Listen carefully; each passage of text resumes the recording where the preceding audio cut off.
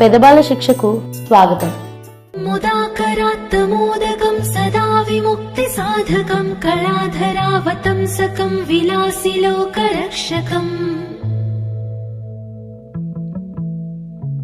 అనాయకైకనాయకం వినాశితే భదైత్యకం నతాసుభాసునాశకం నమామి తం వినాయకం. నదేతరాతిభీకరం నవోదితార్కభాస్వరం నమత్సురారినిచ్చరం నతాధికాపదుత్తరం సురేశ్వరం నిధీశ్వరం గజేశ్వరం గణేశ్వరం మహేశ్వరం తమాశ్రయే పరాత్పరం నిరంతరం. సమస్తలోకశంకరం నిరస్తదైత్యపుంజరం దరేదరోదరం వరం వరే భవక్త్రమక్షరం. కృపాకరం క్షమాకరం ముదాకరం యశస్కరం మనస్కరం నమస్కృతాం నమస్కరోమి భాస్వరం.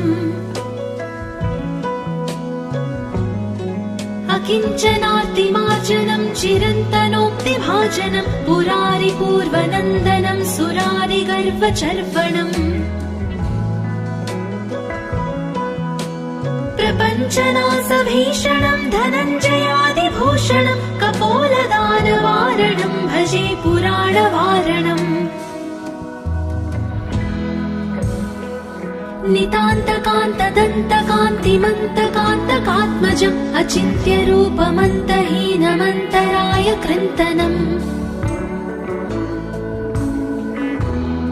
హృదంతరే నిరంతరం వసంతమేవ యోగినాం తమేకదంతమేవ తం విచింతయామి సంతతం.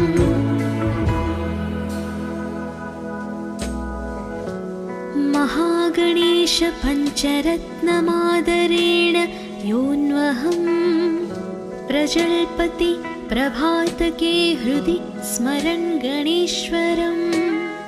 अरोगतामदोषतां सुसाहितिं सुपुत्रतां समाहितायुरष्टभूति मभ्युपैति सोच्चिरात्. ముదాకరాత్తమోదకం సదా విముక్తి సాధకం కళాధరావతంసకం విలాసి లోకరక్షకం. అనాయకైకనాయకం వినాశితే భదైత్యకం నతాసుభాసునాశకం నమామి తం వినాయకం. నదేతరాతిభీకరం నవోదితార్కభాస్వరం నమత్సురారినిచ్చరం నతాధికాపదుత్తరం సురేశ్వరం నిధీశ్వరం గజేశ్వరం గణేశ్వరం మహేశ్వరం తమాశ్రయే పరాత్పరం నిరంతరం. సమస్తలోకశంకరం నిరస్తదైత్యపుంజరం దరేదరోదరం వరం వరే భవక్త్రమక్షరం. కృపాకరం క్షమాకరం ముదాకరం యశస్కరం మనస్కరం నమస్కృతాం నమస్కరోమి భాస్వరం. అకించనార్తిమార్జనం చిరంతనోక్తిభాజనం పురారి పూర్వనందనం సురారి గర్వచర్వణం. ప్రపంచనాశభీషణం ధనంజయాదిభూషణం కపోలదానవారణం భజే పురాణవారణం. నితాంతకాంతదంతకాంతిమంతకాంతకాత్మజం అచింత్యరూపమంతహీనమంతరాయ కృంతనం. హృదంతరే నిరంతరం వసంతమేవ యోగినాం తమేకదంతమేవ తం విచింతయామి సంతతం.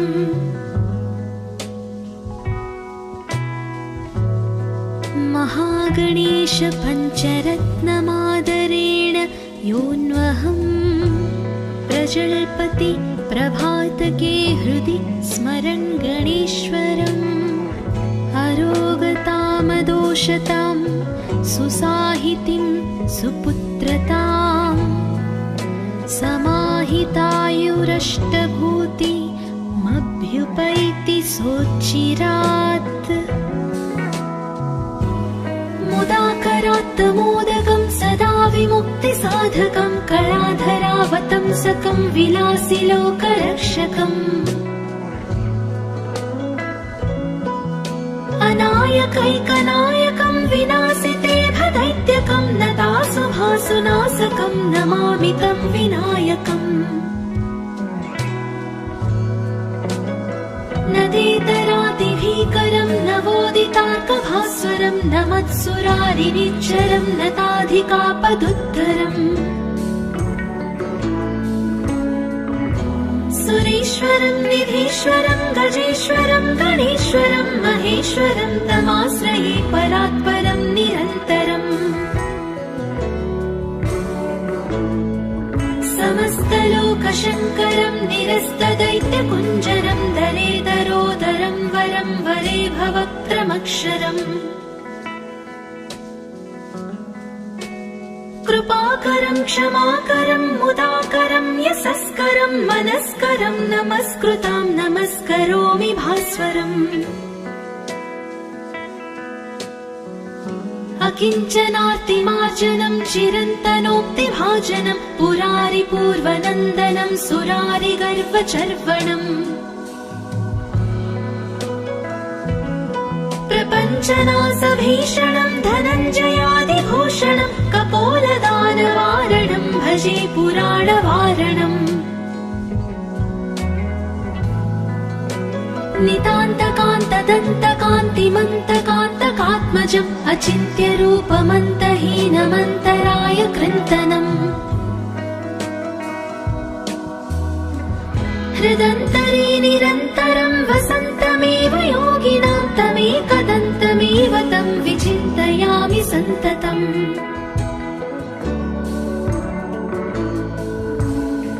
महागणेश पञ्चरत्नमादरेण योऽन्वहम् प्रजल्पति प्रभातके हृदि स्मरन् गणेश्वरम् अरोगतामदोषतां सुसाहितिं सुपुत्रताम् समाहितायुरष्टभूतिमभ्युपैति सोच्चिरात् मुदाकरात् मोदकं सदा विमुक्तिसाधकं कलाधरावतंसकं विलासिलोकरक्षकम् अनायकैकनायकं विनाशितेभदैत्यकं नतासुभासुनाशकं नमामि तं विनायकम् नदेतरातिभीकरं नवोदितार्कभास्वरं नमत्सुरारिनिच्चरं नताधिकापदुद्धरम् सुरेश्वरं निधीश्वरं गजेश्वरं गणेश्वरं महेश्वरं तमाश्रये परात्परं निरन्तरम् समस्तलोकशङ्करं निरस्तदैत्यकुञ्जरं दरेदरोदरं वरं वरे भवक्त्रमक्षरम् कृपाकरं क्षमाकरं मुदाकरं यशस्करं मनस्करं नमस्कृतां नमस्करोमि भास्वरम् अकिञ्चनार्तिमार्जनं चिरन्तनोक्तिभाजनं पुरारिपूर्वनन्दनं सुरारिगर्वचर्वणम् प्रपञ्चनासभीषणं धनञ्जयादिभूषणं कपोलदानवारणं भजे पुराणवारणम्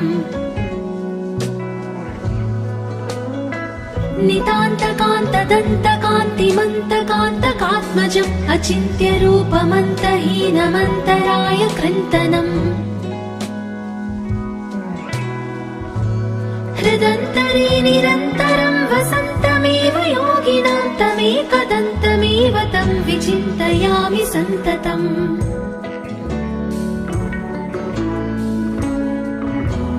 महागणेश पञ्चरत्नमादरेण योऽन्वहम् प्रजल्पति प्रभातके हृदि स्मरन् गणेश्वरम् अरोगतामदोषतां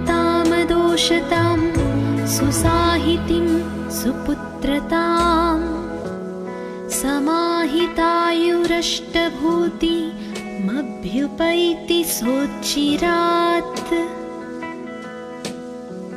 मुदाकरात्तमोदकं सदा विमुक्तिसाधकं कलाधरावतंसकं विलासिलोकरक्षकम् अनायकैकनायकं विनाशिते भदैत्यकं नतासुभासुनाशकं नमामि तं विनायकम्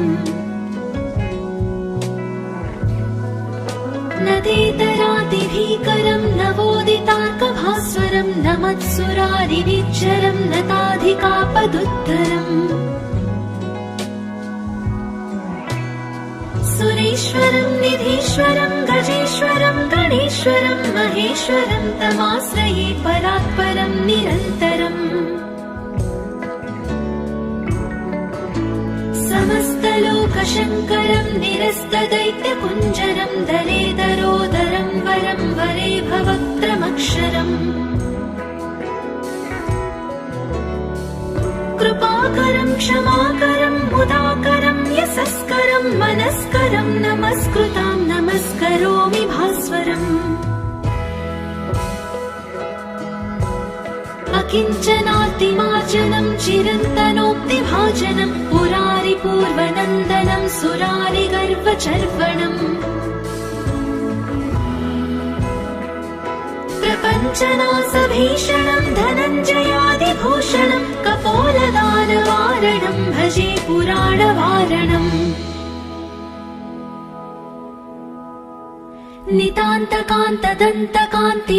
नितान्तकान्तदन्तकान्तिमन्तकान्तकात्मजम् अचिन्त्यरूपमन्तहीनमन्तराय कृन्तनम्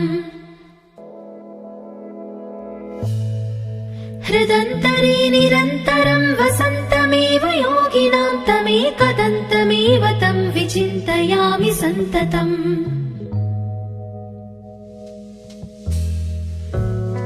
महागणेश पञ्चरत्नमादरेण योऽन्वहम् प्रजल्पति प्रभातके हृदि स्मरन् गणेश्वरम् अरोगतामदोषतां सुसाहितिं सुपुत्रताम्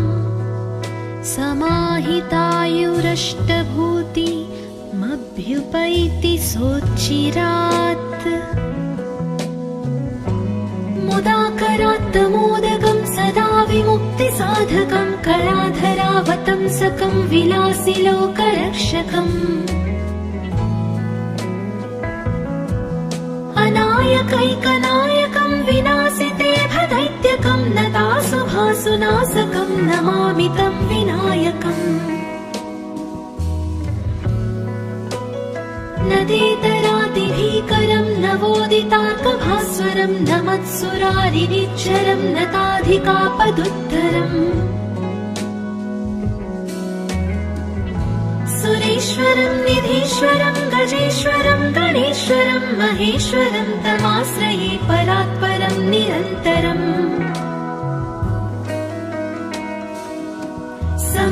समस्तलोकशङ्करं निरस्तदैत्यकुञ्जरं दरेदरोदरं वरं वरे भवक्त्रमक्षरम्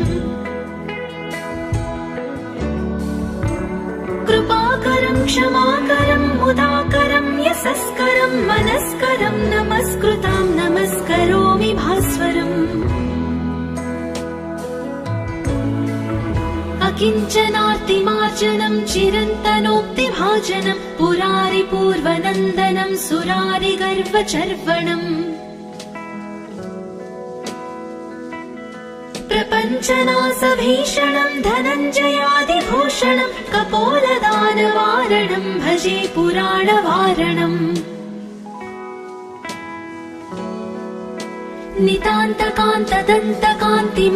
नितान्तकान्तदन्तकान्तिमन्तकान्तकात्मजम् अचिन्त्यरूपमन्तहीनमन्तराय कृन्तनम्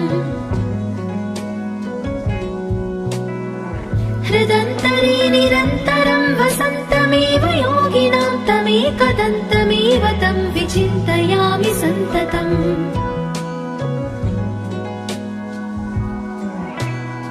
महागणेश पञ्चरत्नमादरेण योऽन्वहम् प्रजल्पति प्रभातके हृदि स्मरन् गणेश्वरम्। अरोगतामदोषतां सुसाहितिं सुपुत्रताम् समाहितायुरष्टभूतिमभ्युपैति सोच्चिरात्। मुदाकरात्तमोदकं सदा विमुक्तिसाधकं कलाधरावतंसकं विलासिलोकरक्षकम्।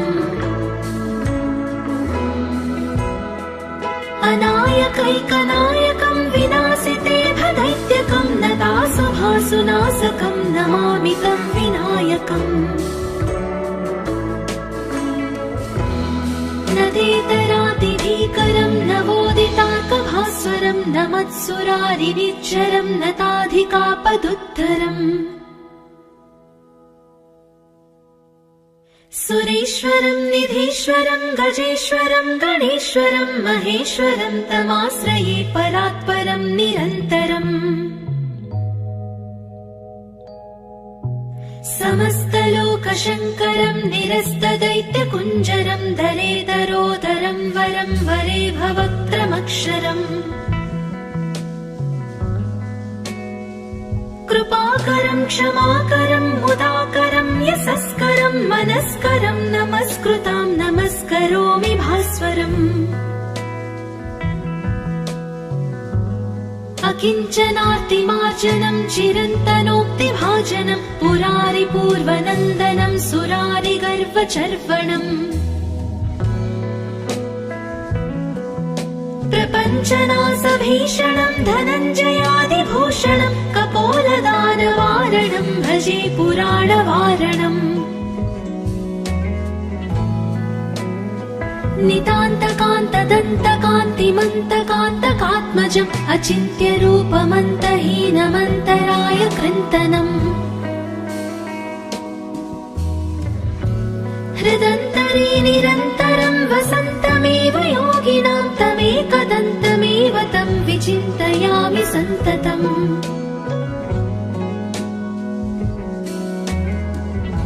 महागणेश पञ्चरत्नमादरेण योऽन्वहम् प्रजल्पति प्रभातके हृदि स्मरन् गणेश्वरम्। अरोगतामदोषतां सुसाहितिं सुपुत्रताम् समाहितायुरष्टभूतिमभ्युपैति सोच्चिरात्। मुदाकरात्तमोदकं सदा विमुक्तिसाधकं कलाधरावतंसकं विलासिलोकरक्षकम्। अनायकैकनायकं विनाशिते भदैत्यकं नतासुभासुनाशकं नमामि तं विनायकम्। नदेतरातिभीकरं नवोदितार्कभास्वरं नमत्सुरारिनिच्चरं नताधिकापदुद्धरम्। सुरेश्वरं निधीश्वरं गजेश्वरं गणेश्वरं महेश्वरं तमाश्रये परात्परं निरन्तरम्। समस्तलोकशङ्करं निरस्तदैत्यकुञ्जरं दरेदरोदरं वरं वरे भवक्त्रमक्षरम्। कृपाकरं क्षमाकरं मुदाकरं यशस्करं मनस्करं नमस्कृतां नमस्करोमि भास्वरम्। अकिञ्चनार्तिमार्जनं चिरन्तनोक्तिभाजनं पुरारिपूर्वनन्दनं सुरारिगर्वचर्वणम्। प्रपञ्चनाशभीषणं धनञ्जयादिभूषणं कपोलदानवारणं भजे पुराणवारणम्। नितान्तकान्तदन्तकान्तिमन्तकान्तकात्मजम् अचिन्त्यरूपमन्तहीनमन्तराय कृन्तनम् हृदन्तरे निरन्तरं वसन्तमेव योगिनां तमेकदन्तमेव तं विचिन्तयामि सन्ततम्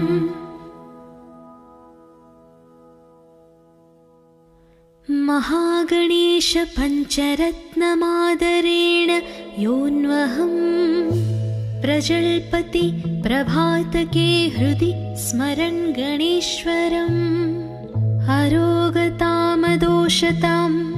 सुसाहितिं सुपुत्रताम् समाहितायुरष्टभूतिमभ्युपैति सोच्चिरात् मुदाकरात् मोदकं सदा विमुक्तिसाधकं कलाधरावतंसकं विलासिलोकरक्षकम्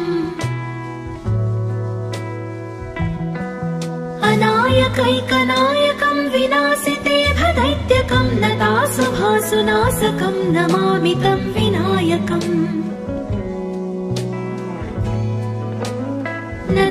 नदेतरातिभीकरं नवोदितार्कभास्वरं नमत्सुरारिनिच्चरं नताधिकापदुत्तरम्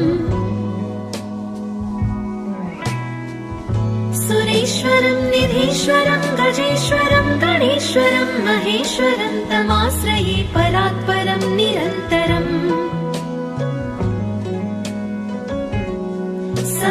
समस्तलोकशङ्करं निरस्तदैत्यकुञ्जरं दरेदरोदरं वरं वरे भवक्त्रमक्षरम् कृपाकरं क्षमाकरं मुदाकरं यशस्करं मनस्करं नमस्कृतां नमस्करोमि भास्वरम् अकिञ्चनार्तिमार्जनं चिरन्तनोक्तिभाजनं पुरारिपूर्वनन्दनं सुरारिगर्वचर्वणम् प्रपञ्चनाशभीषणं धनञ्जयादिभूषणं कपोलदानवारणं भजे पुराणवारणम्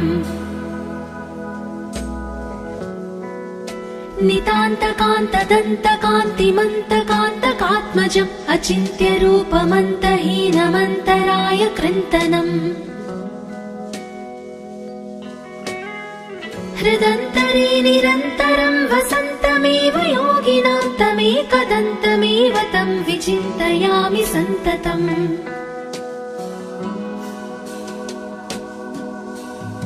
महागणेश पञ्चरत्नमादरेण योऽन्वहम् प्रजल्पति प्रभातके हृदि स्मरन् गणेश्वरम् अरोगतामदोषतां सुसाहितिं सुपुत्रताम् समाहितायुरष्टभूतिमभ्युपैति सोच्चिरात् मुदाकरात् मोदकं सदा विमुक्तिसाधकं कलाधरावतंसकं विलासिलोकरक्षकम् अनायकैकनायकं विनाशिते भदैत्यकं नतासुभासुनाशकं नमामि तं विनायकम् नदेतरातिभीकरं नवोदितार्कभास्वरं नमत्सुरारिनिच्चरं नताधिकापदुत्तरम्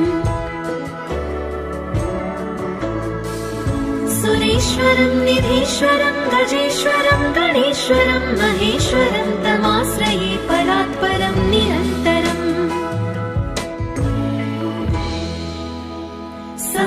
समस्तलोकशङ्करं निरस्तदैत्यकुञ्जरं दरेदरोदरं वरं वरे भवक्त्रमक्षरम्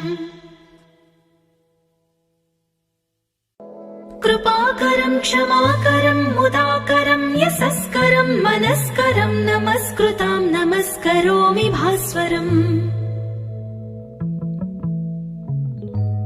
अकिञ्चनार्तिमार्जनं चिरन्तनोक्तिभाजनं पुरारिपूर्वनन्दनं सुरारिगर्वचर्वणम् प्रपञ्चनासभीषणम् धनञ्जयादिभूषणम् कपोलदानवारणम् भजे पुराणवारणम्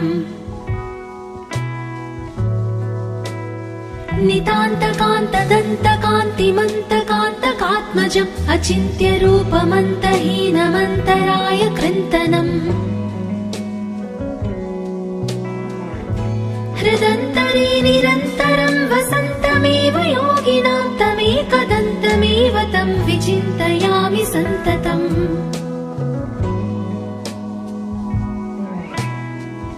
महागणेश पञ्चरत्नमादरेण योऽन्वहम् प्रजल्पति प्रभातके हृदि स्मरन् गणेश्वरम् अरोगतामदोषतां सुसाहितिं सुपुत्रताम् समाहितायुरष्टभूतिमभ्युपैति सोच्चिरात् मुदाकरात्तमोदकं सदा विमुक्तिसाधकं कलाधरावतंसकं विलासिलोकरक्षकम्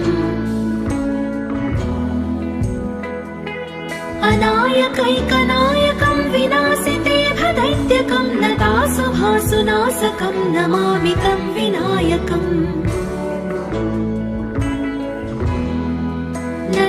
नदेतरातिभीकरं नवोदितार्कभास्वरं नमत्सुरारिनिच्चरं नताधिकापदुद्धरम्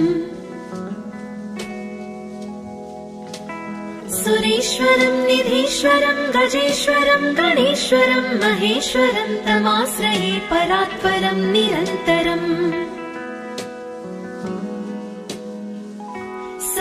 समस्तलोकशङ्करं निरस्तदैत्यकुञ्जरं दरेदरोदरं वरं वरे भवक्त्रमक्षरम्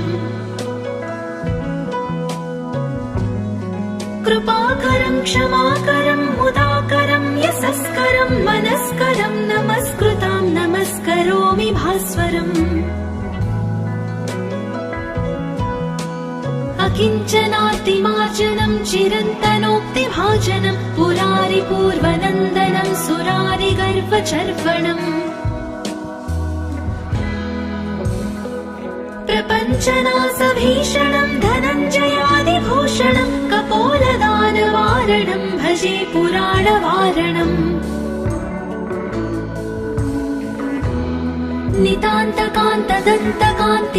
नितान्तकान्तदन्तकान्तिमन्तकान्तकात्मजम् अचिन्त्यरूपमन्तहीनमन्तराय कृन्तनम् हृदन्तरे निरन्तरं वसन्तमेव योगिनां तमेकदन्तमेव तं विचिन्तयामि सन्ततम्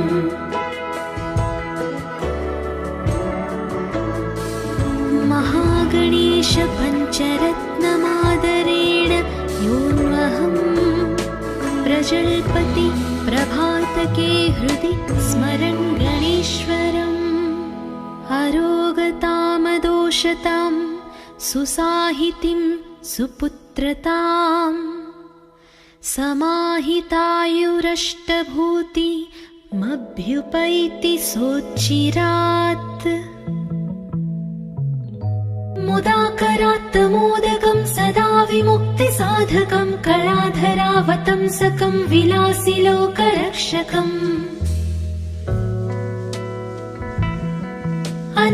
अनायकैकनायकं विनाशितेभदैत्यकं नतासुभासुनाशकं नमामि तं विनायकम् नदेतरातिभीकरं नवोदितार्कभास्वरं नमत्सुरारिनिच्चरं नताधिकापदुद्धरम्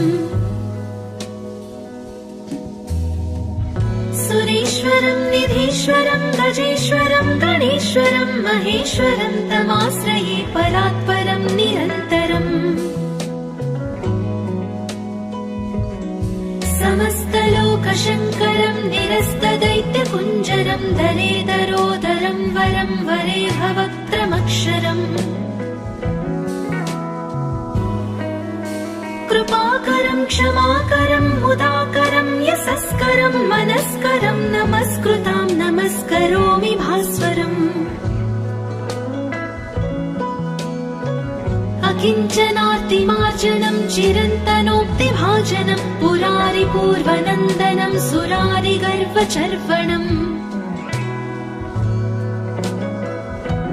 प्रपञ्चनासभीषणं धनञ्जयादिभूषणं कपोलदानवारणं भजे पुराणवारणम्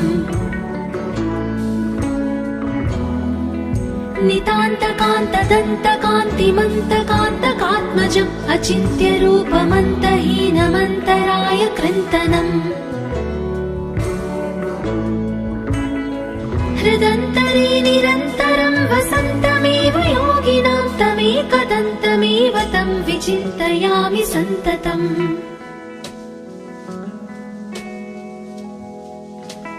महागणेश पञ्चरत्नमादरेण योऽन्वहम् प्रजल्पति प्रभातके हृदि स्मरन् गणेश्वरम् अरोगतामदोषतां सुसाहितिं सुपुत्रताम् समाहितायुरष्टभूतिमभ्युपैति सोत्